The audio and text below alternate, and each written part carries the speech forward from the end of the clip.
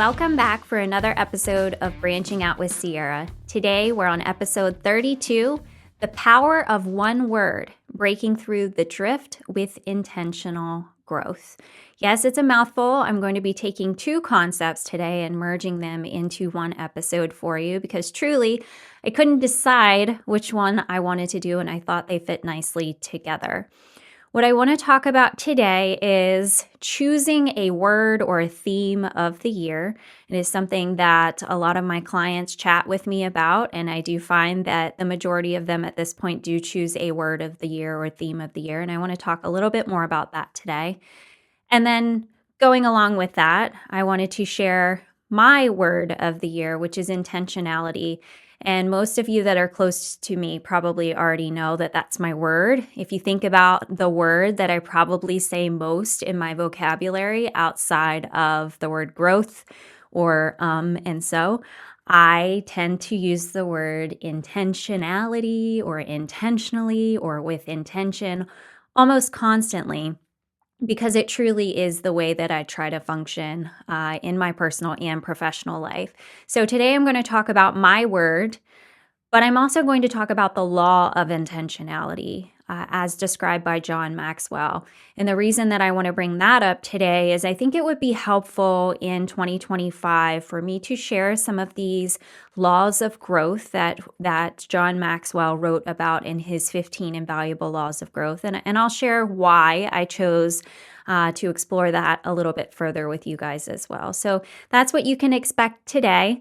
And the reason is I do find that a lot of people might find themselves just kind of drifting a little bit through life, kind of taking life as it comes to them, making decisions based on what they see in front of them, but not always looking further out and thinking about how they can intentionally make choices that set them up to be able to create the life that they're looking for.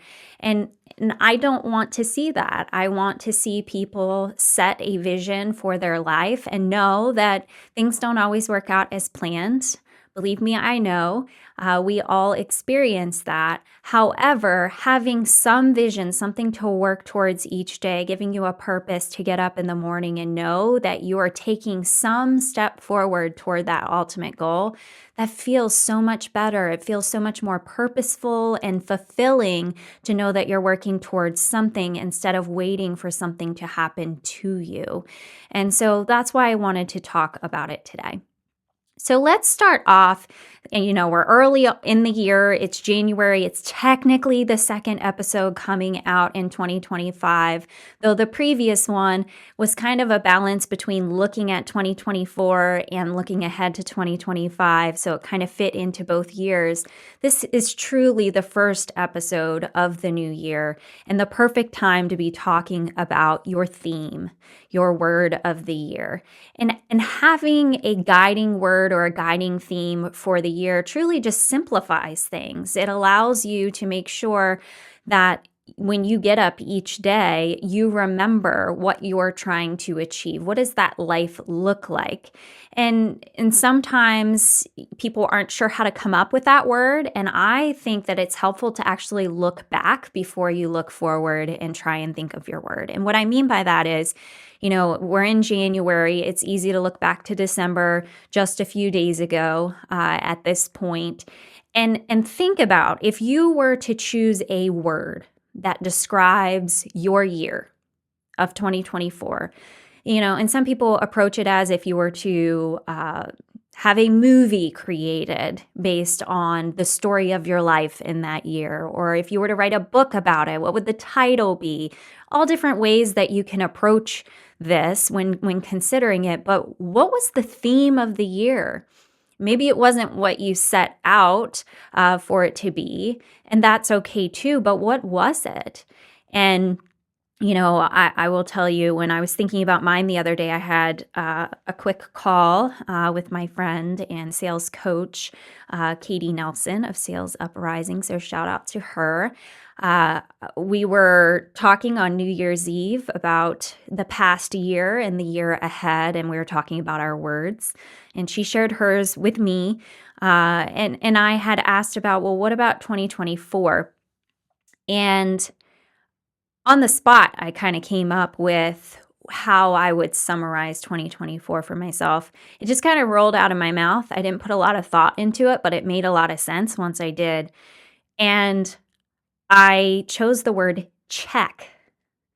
And when I first said check, what I meant by it was, when I look back at 2024, I saw a lot of opportunities for growth. I had a lot of things that I needed to change in my life. And I truly, when I set out to do those things, I always set goals that are a little risky, that I don't even really know that I can achieve them. I push past what I think is possible. And so, honestly, at the beginning of 2024, I set some really challenging goals for myself. But I tried to use them as motivation for myself rather than feeling overwhelmed by them or questioning whether or not I could make it happen. I just knew I needed to. I didn't have a choice but to make the changes. And the reason I chose the word check is when I look back, I think like it was one big check mark. Did I hit every single objective that I wrote down as an annual goal in my full focus planner? No. Have I ever had a year where I achieved every single objective? No, I haven't. But I do find that what does happen, even if I don't achieve all of them, I made progress in each of them, and that's what mattered to me. And so my financial goals, I did achieve those. My health goals, I achieved those as well. My Bible study, I was like on and off throughout the year. So it was one of those things where I really needed to achieve building a steady habit for myself. I didn't really get there because it didn't happen automatically for me. I would sometimes find other things and make a choice to use that time for something else. So I'm rewriting that goal. I'm reestablishing that habit, but I did make progress. I do consistently get up at a time each morning that allows me the ability to do Bible study. Whereas before I was getting up at 6:30, now I'm getting up at 4:30 or 5 every day. So now that I have that routine in place, it makes it easier. So it's still progress. And the list goes on. I had goals for my professional development and what that growth would look like for me. Every area of life, I really, at some point in the year, tried to zoom in and grow intentionally. So for me, when I said the word check, I was thinking, okay, it was a big check mark, like check, I did it. I didn't think I could, but I did it. But as I was talking to Katie about it, I realized that it could also resemble something else. It could represent something else for me. And that was literally a check. And every time I think of a check now, I think Jay Foreman. I asked him one day, he needed to write a check for something. I asked him if he had his checkbook with him. And he laughed at me. He thought that was funny. He doesn't think that folks my age might carry around a checkbook, but I have mine with me all the time. Anyway, I actually was thinking about that kind of check because way back when I first met Katie Nelson and I went to one of her retreats, which was amazing, I really was creating a business plan for myself. One of the exercises that we did was I wrote a check to myself. Of course, it's an imaginary check, and it was how much money I wanted to bring in, how much revenue I wanted to make. And at that time, I wrote an amount that just seemed unbelievable to me that I didn't know that I could ever get there. And I did this year. So that's the other reason that check makes sense for me is that finally became possible. So I chose the word check. It's not what I set out as my word to be. My word was intentionality. For the past 3 years, it has been intentionality, and it's because it applies to everything, and I will talk about that. But again, the reason that I'm bringing this up is look back before you look forward and reflect on what are some of the common themes throughout the year? What are the areas in which I really grew or blossomed in? What are those areas that I didn't. And maybe I'm a little disappointed in some areas. But overall, what is that word, that theme that you saw? And sometimes that directly leads into an idea of, well, what do you want the next one to be? I have a client that really did exactly that. She had a theme last year that directly led into further expanding on that in the coming year. So think about it. If you've not done so already, consider what might your word or theme, a phrase, what might it be? What do you want 2025 to look like? And maybe that word is your guide and your compass when you get up each day. Some of my folks write words on a mirror where they see it in the reflection. You get up in the morning, you wash your face, you look at it, and reflecting back in your mirror is your word. Mine would say intentionality. How powerful is that first thing in the morning to see that and have a reminder of, this is why I got out of bed this morning. So I would love to hear your word or your theme. Maybe you even do vision boards. Some people take it really far and do a whole vision board or a vision wall or whatever it may be, so you can truly picture what you want life to look like. No matter what you choose to do, I love to hear what you've chosen and how that might guide you, because again, there's the accountability piece. Share that word with other people so they can check in on you and ask you how it's going. I have had people before say, I don't really remember what my word was. Well, then that meant that it wasn't top of mind and it wasn't used the way that they probably intended it to be. So what can we do to make sure that it is top of mind on a Post-it on your desk, the background on your phone? What are things you look at every day where it could stand out to you? So that's what I want you to think about to start us off for today.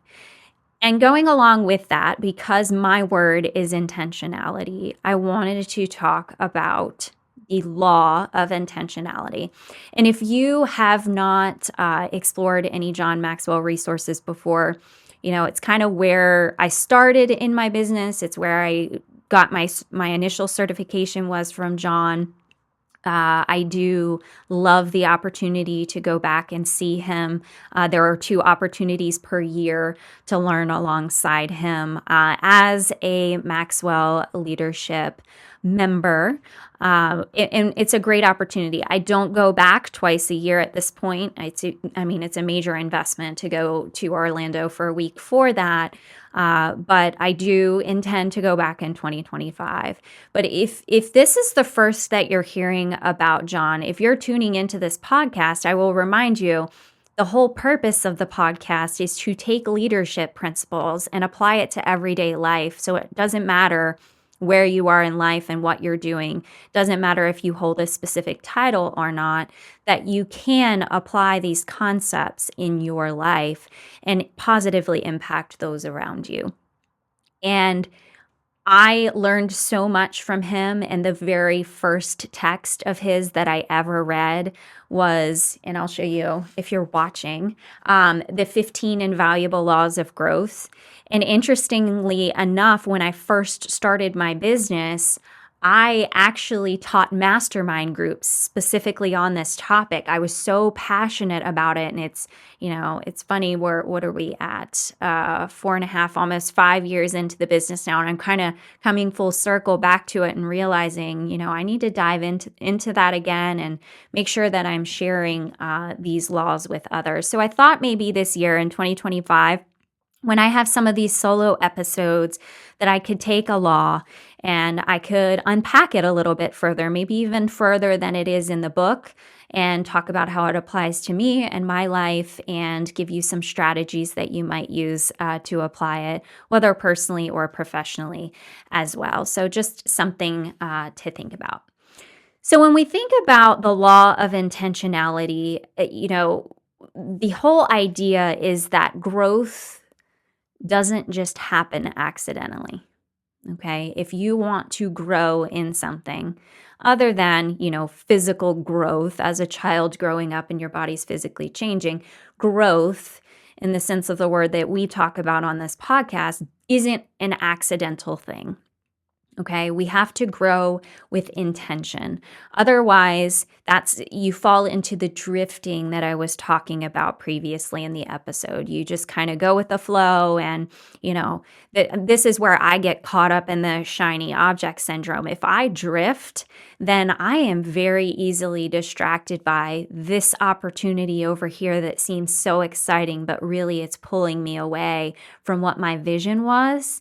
And it's not in alignment with what I want. But I can convince myself that it is and make excuses because I feel like it's new and exciting. But when I'm being intentional, it's like putting those blinders on and only letting in those opportunities that really align with your vision. Another example is when I first started my business. And I kind of did a mix of everything, and I hadn't exactly figured out what I was most passionate about when it came to the concept of leadership, which is so very broad. I had constantly sitting down for one-to-ones, and every single one-to-one that I would have with someone to learn more about them and their business, I would walk away thinking about, ooh, there's a cool opportunity there that I could really support them with this, or, they presented this idea to me. I should explore that further. But it became overwhelming, the number of ideas that I had, and feeling like I was pursuing all of these things at the same time, and I couldn't give anything my full attention. So nothing was getting my best. And so I really think that it's important to think about the deliberate action that you have to take, the choices that you have to make, choosing between this and this. By doing this, I'm giving up this. That's intentionality. And that's why I love the word so much, because it applies to every single area of my life. It applies to that wheel of life that I talk about. Go to my website, sierralearnership.com, and scroll down. You can download that wheel of life at no charge whatsoever, and go through that process and think about how you can be intentional in your financial well-being, in your service to the community and beyond, being intentional in the time you set aside for fun and recreation, and so on. And again, that's why it is so important to me, because it fits in everywhere, and I like to find that common theme where I don't feel like I have to separate my personal and my professional life. So when John Maxwell, if you've never heard him talk before, watch a video of him. When he talks about the law of intentionality, he talks about that law being the foundation for all of the other laws. And if you think about it, it makes sense, because everything else that you learn in his text, every single thing that you go to apply, you need to be intentional about. And that's why it's foundational. And it's the one we want to think about first, so that we follow through on all of the other things. But what he talks about are the things that get in the way of our intention.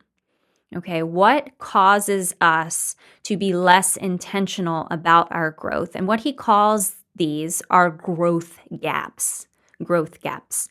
There are 8 growth gaps that he identifies in the text. And as I go through each of these, I want you to be thinking about which one might be holding you back, or are there multiple of them? Maybe they've applied to you at different times in your life, but what are those growth gaps, and how are we going to overcome them? I'm not going to overwhelm you with tons of ideas today. My intention, see what I did there, is just to share what is the growth gap, what does it really mean and look like, and then one strategy that you might apply to overcome it. So let's start with that first growth gap that he talks about, is the assumption gap. And I've kind of touched on this without calling it that, and that is the assumption that our growth is going to be automatic. If you are, you find yourself in a workplace where you're surrounded by people who are truly mentors to you, you might be absorbing things unintentionally, right? But it still takes effort to really take those things and apply them and become subject matter expert, right? have the ability to learn something well enough, you can turn around and teach it to someone else. That still takes effort. It's not automatic. And so what do we do about that? The belief that growth is going to be automatic. I don't have to set goals for myself, Sierra, because I'm going to grow automatically. I don't have to put time on my schedule for growth because it's just going to happen naturally. I think about it's the same way with running a business. My business would not continue to grow. I could not produce more revenue if I weren't intentional about looking at which areas of my business over the past 4.5, 5 years have allowed me to do what I love the most while still bringing in the greatest revenue with the least expense. I'm looking at my return on investment of my time. That is a part of the growth of my business. Again, I have to set aside time for that and really analyze where I am and what's going on and what data I have in front of me so that I can make the best choices and decisions moving forward. DISC is something I talk about all the time. I'm very passionate about DISC. DISC also is extremely impactful. And so the people that choose to do DISC with me individually often take it back and do it with their team because they see the impact. And that leads to new opportunities. So of course, I'm going to lean into the thing that provides a lot of opportunity and I love doing the most. Okay. So again, I can't assume that that's going to be the natural progression. I had to choose to put time in my schedule I want to focus on bringing DISC to more people in 2025. What does that look like? Okay. So assumption gap. What can you do about that? If you've just up until this point, you've assumed you are going to naturally grow over time. It's scheduling time for growth activities. And that can look so different for each person. It might be reading a book. Maybe it is reading 10 minutes a day.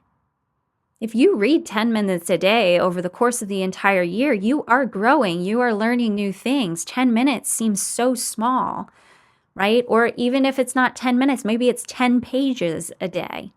Whatever it may be, you could read, you could find a course that you want to take. Maybe you could go on YouTube. Some people just watch videos on YouTube or listen to a podcast.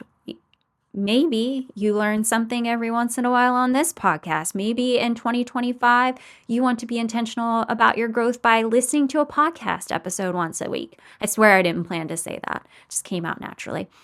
But schedule regular growth activities, but again, intentionally. What are you doing to pull yourself away and really absorb new learning that allows you to develop in the areas that you want to grow in? So that's number one. So if you have been experiencing the assumption gap, consider setting aside time. And I will say, when I say set aside time for something, sometimes that goes in one ear and out the other for people. I would say pause the episode right now and look at your calendar and say, what day of the week might I set aside 10 minutes for learning?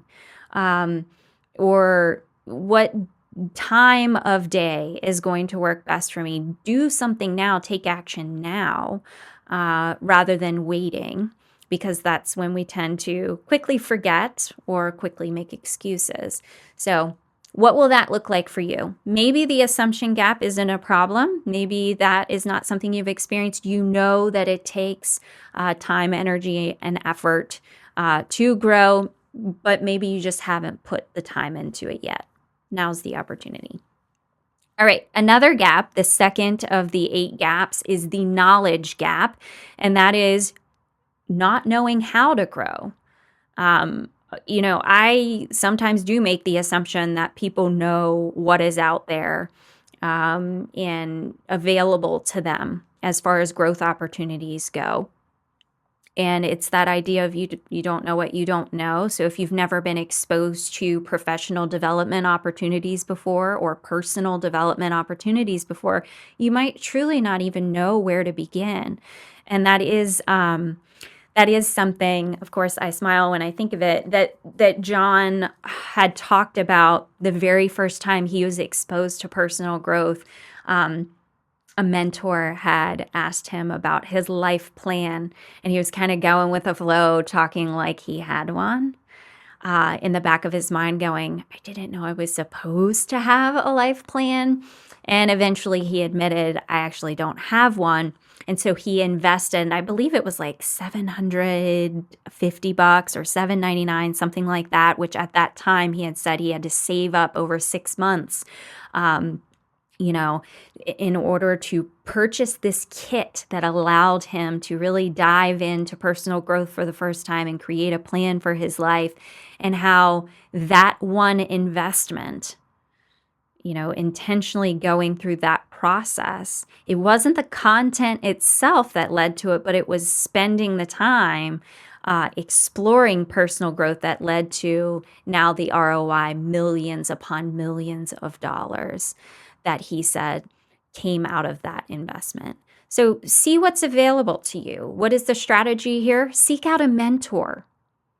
Find someone that you look up to that is more knowledgeable or experienced in an area of interest to you. And ask your mentor, your potential mentor, if you can come alongside them and meet once a month and talk to them about where you want to grow and ask them questions and stay curious. Seek out books, workshops. If you want a book, I have way too many books. I can't read them all.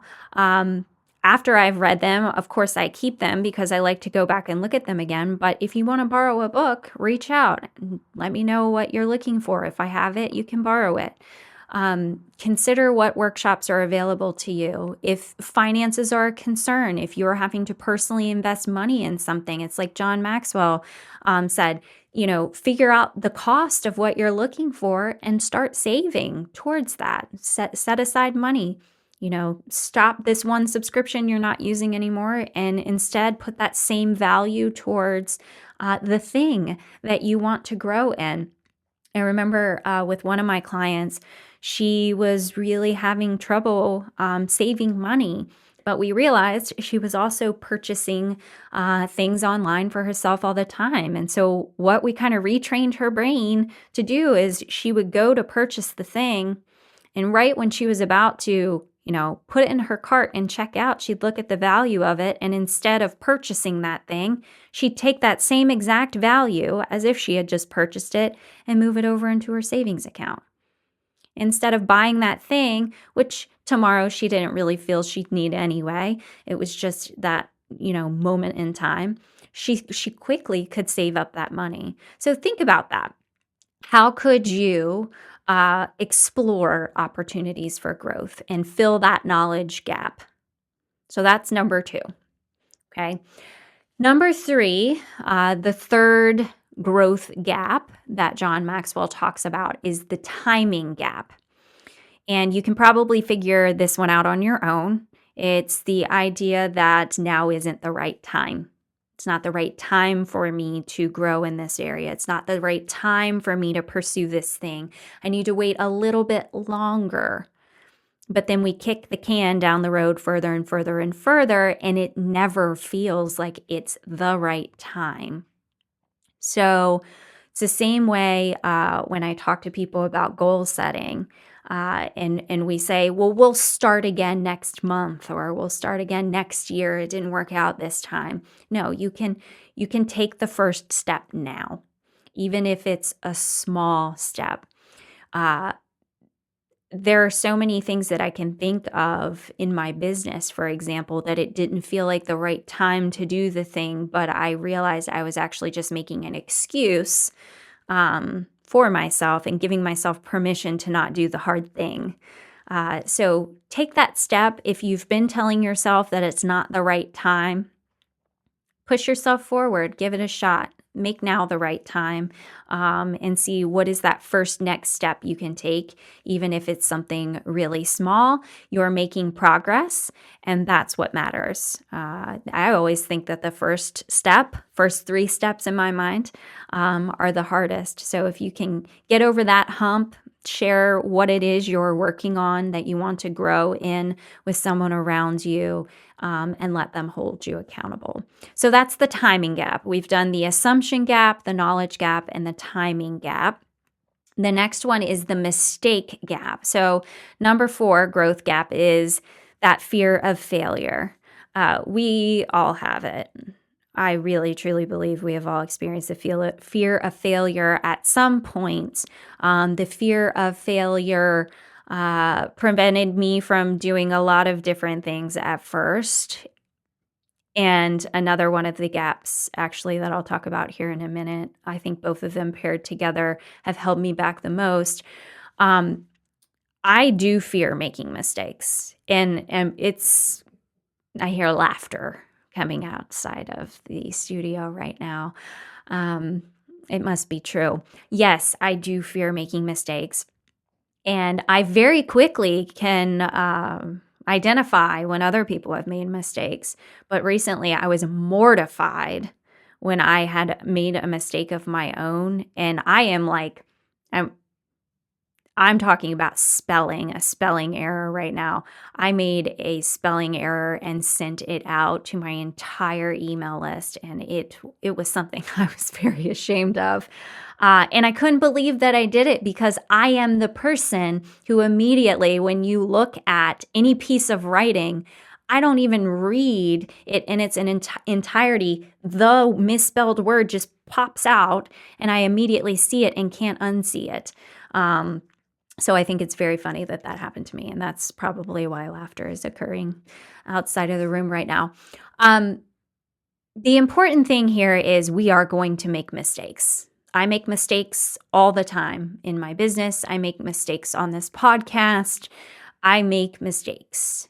And it does make me real. It makes me human. And we can reframe those as learning opportunities, right? We've all heard many, many times the number of times that it takes some of the most famous people who have created the most amazing things in the world, how many attempts that it took them before they succeeded. They made mistakes, and that product, that service, that whatever it may be, wouldn't have existed if they gave up the first time, or they never even tried out of fear of failure. So this goes back to, again, progress over perfection. Take that first step. Know that you will make mistakes. I think that's been an important part for me, is I know I'm going to make mistakes. I accept that. But what I try to do is I try to be proactive and look ahead and think, what mistakes might I make? What are common misconceptions that might occur? Anything that I can do to kind of create a plan for overcoming the obstacles, challenges, mistakes before they ever occur. That is something that I do try to do today. But again, mistake gap, that fear of failure, is that holding you back? If it is, start reframing those as learning opportunities. And after you've made a mistake, pause, write down, what did you learn from that mistake? That one was, if you try to do something at midnight and you're exhausted and you've reread it 5 times and you think that you didn't make a spelling error, if I had a fresh set of eyes, I know I would have seen it. My mistake was I overworked, and I shouldn't have. But anyway, reflect on it after the fact and then propel yourself forward because of it.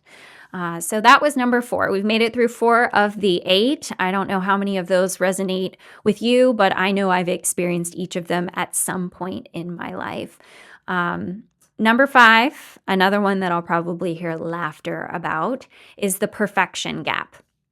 And that is waiting for everything to fall into place and everything to be perfect so that you can start the thing, right? You are truly waiting until it can be perfect. And this podcast is a great example of that, because had I not just said, yeah, let's do it. I'm going to put it out on the internet and let everybody know I'm going to do it and that we're going to start putting out episodes in 30 days. Had I not done that, I probably would not be on episode, what am I, 32 right now, because I wouldn't have started, because I wouldn't have known enough about podcasting. I wouldn't have thought I had any value to add. I would have thought that I didn't have any topic ideas or enough people that I could invite on. It just wouldn't have been perfection, so I couldn't have started. But that's just one of those things where we have to start with what we do know and go from there. And I do think that that comes a lot more naturally. My mind goes back to DISC for the D's and I's in DISC to jump in, allow yourself to make mistakes and learn and grow as you go, whereas her S's and C's might slow down a little bit more, be a little bit more careful about the decisions and strive for perfection more, right? And I have the balance. If you don't remember, I'm DC or CD, it depends on the day. But I have that balance of sometimes slowing down, sometimes jumping in quickly. That podcast decision was a jump in and know that there was no turning back at that point. So start with what you do know and improve along the way. That is the recommendation for the perfection gap if that's something you're experiencing. I know I've recommended before the, the perfectionism workbook. I can picture it. It's bright orange. It's a great book full of exercises to take you through and really look at how perfectionism might be holding you back and work through some of that. But there are tons of resources out there. It's just one that I have found value in myself. Number 6, the 6th growth gap that John Maxwell talks about is the inspiration gap. And that is, I'm just not feeling it. I don't feel like it. And we've all had times where we're not motivated to get out of bed in the morning for whatever reason. Maybe we're tired, or maybe it's something that's happening that day that you're worried about, concerned about. But the not feeling like growing. I don't feel like 2025 is my year to grow. I have other things I want to focus on. But what is it that you can grow in that will help propel you forward in all of those things you want to focus on toward that vision that you have for yourself? So when it comes to inspiration, for me, I think about the motivation behind things. What is the key motivation? If I want to work on this area of my life, what impact will it have on all of the other areas of my life? That usually quickly motivates me and makes me feel more like it. But you really have to focus on, the strategy here is focusing on the discipline over the motivation, building the habits that support your growth, figuring out what habit do I need to create for myself that will allow me to feel more like it, and this to become so natural for me that I actually want to get up at 5 o'clock in the morning now. If I wake up at 6, I'm frustrated with myself because I feel like I lost an hour of opportunity for growth for myself. It's one of my favorite times of the day before anyone else wakes up. So again, that came from a lot of I don't feel like it for many, many days, and an alarm going off and me saying, no, I don't feel like it today. Overcoming that and building more positive habits. So focus on that discipline over the motivation. If the motivation doesn't exist in the beginning, once you start to see the impact that it's having for you, then the motivation sometimes comes after the fact. It makes me also think being a runner, if for some reason I would run and run and run and run until I didn't think I had any more energy, give it all I got and stop and think I'm dying, right? And then 5 minutes later, it's that runner's high. I am super motivated to run again. I just was miserable 5 minutes ago and can't picture myself ever running again. And now I'm excited and I want to just start again. It's once you get started and you feel the impact, it makes you want to do more. So if that inspiration gap is getting you, start practicing the discipline piece, building the habits, and wait for the impact. The motivation will come. All right, that was number 6. Number 7 is the comparison gap. This one is pretty self-explanatory. It is the comparing yourself to others. Others are better than me. I will never be as good as them. I'll give you an example. I really look up to Jay Foreman. Jay Foreman lives a completely different life than me, has a completely different background and experiences that have led to all the strengths that he has today.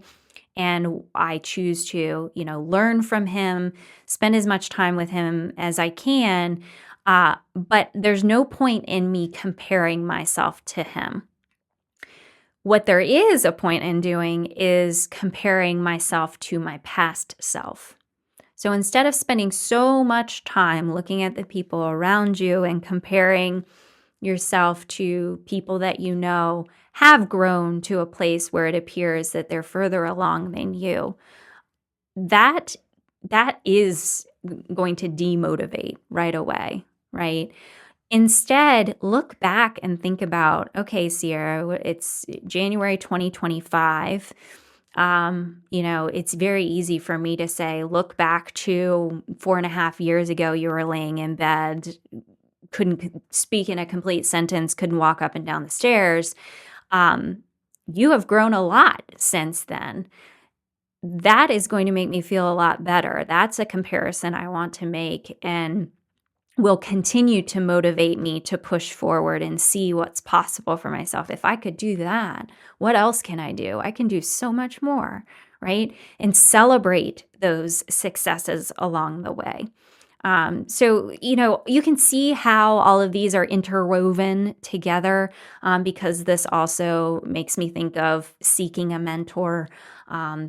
Like I said, Jay is a mentor. So, if you're experiencing some of these gaps and you see how they interweave with one another, see what is that one action you can take that will help you to overcome multiple gaps at the same time. So just another idea there. But if you're experiencing the comparison gap, let's change the comparison to your past self. That is my recommendation there. And finally, number 8 of the growth gaps is the expectation gap. And that is the expectation that the thing that I'm setting out to do is going to be easier than it actually is. What I think about there is acknowledging the challenges that I might face up front and plan for how I'm going to overcome them. And I mentioned that a minute ago. It was just like as a teacher, when I was creating a lesson plan, I would look at the concept and I would say, what are all the possible misconceptions that the students may have? What are all the gaps in their knowledge that could lead to a misunderstanding of this concept? And how can I proactively make sure that I fill that gap before I teach this thing? It's the same thing, right? You need to think about what are the challenges I might face up front. Tell yourself it's not going to be easy. Nothing that we accomplish and feel the most proud of and have grown the most through came easy. It's the hardest things that we push through that we look back and we're so proud of and excited about, and the big things that we, tell our family and friends about.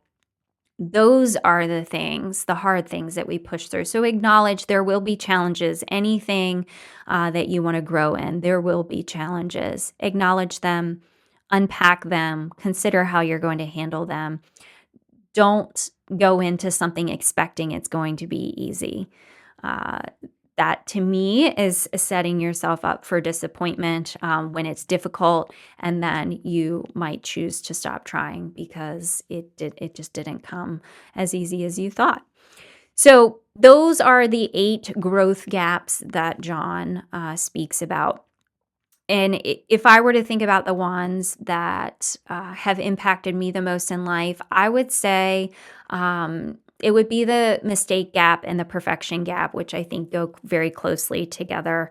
Not starting out of fear of failure or not doing something because I think I'm going to make mistakes or people will judge me. What are they going to think about me?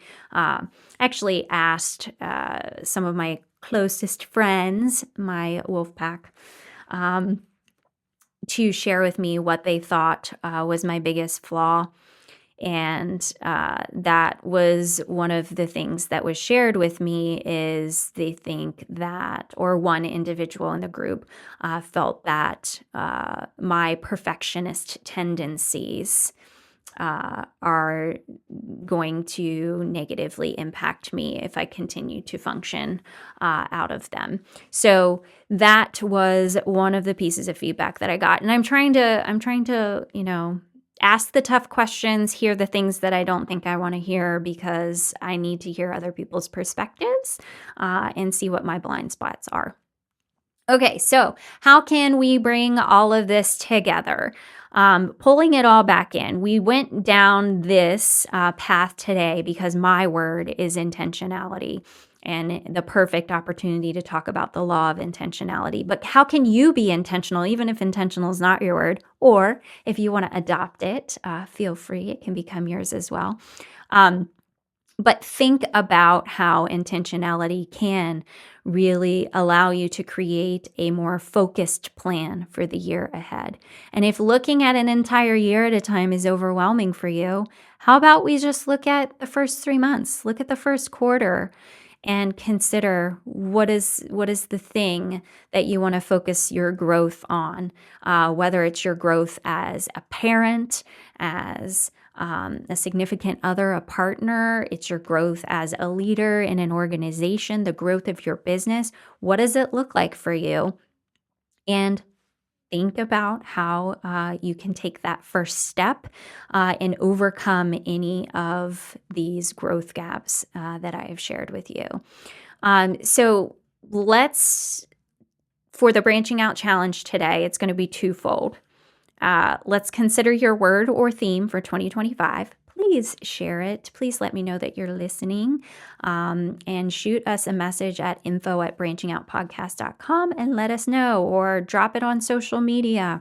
And I'd love to hear your words and be able to reach out and check in on you and see how those are going in the new year. But the second half of that is I want you to think about which one, or more than one, which growth gap is impacting you most at this time, and consider maybe a strategy I shared or another strategy, what you might do to overcome that growth gap in the coming year. That's our branching out challenge for today. So just to kind of recap and make sure, so you don't have to rewind this, the 8 growth gaps. The assumption gap is that you'll grow automatically, but we know now growth must be intentional, right? The knowledge gap is that you don't know how to grow, so you can learn how to grow, and I gave you ideas for that. The timing gap is that you must wait for the right time, but really the right time is now. Just get started, take the first step. The mistake gap is obviously that you don't want to make mistakes, but instead we can expect and learn from mistakes. The perfection gap is that you need the perfect plan first, where we really could just get started and adapt the plan as needed as we go. The inspiration gap is when you don't feel like doing it. But we've now talked about if you act first, usually the motivation will follow when you start to see impact. The comparison gap, that you're feeling like you're not as good as others, whereas you can learn from others who are doing better, or just compare yourself to yourself. Both of those work. And finally, the expectation gap. You thought it would be easy, but guys, we have to work for success. We have to work for our growth. So those are the 8 that you are considering.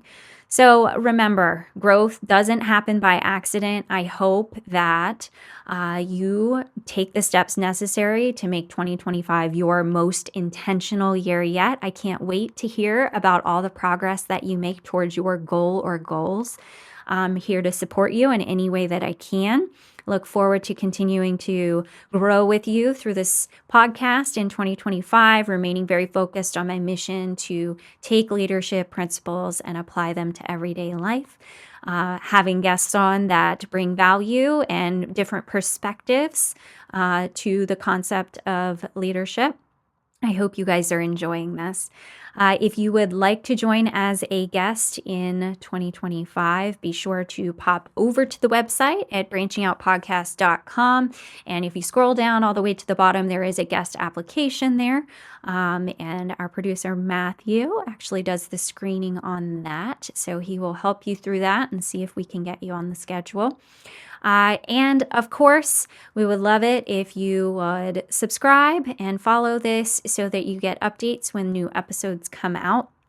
I did spend some time considering what I wanted to do as far as continuing weekly, or maybe doing a little less frequent episodes in 2025.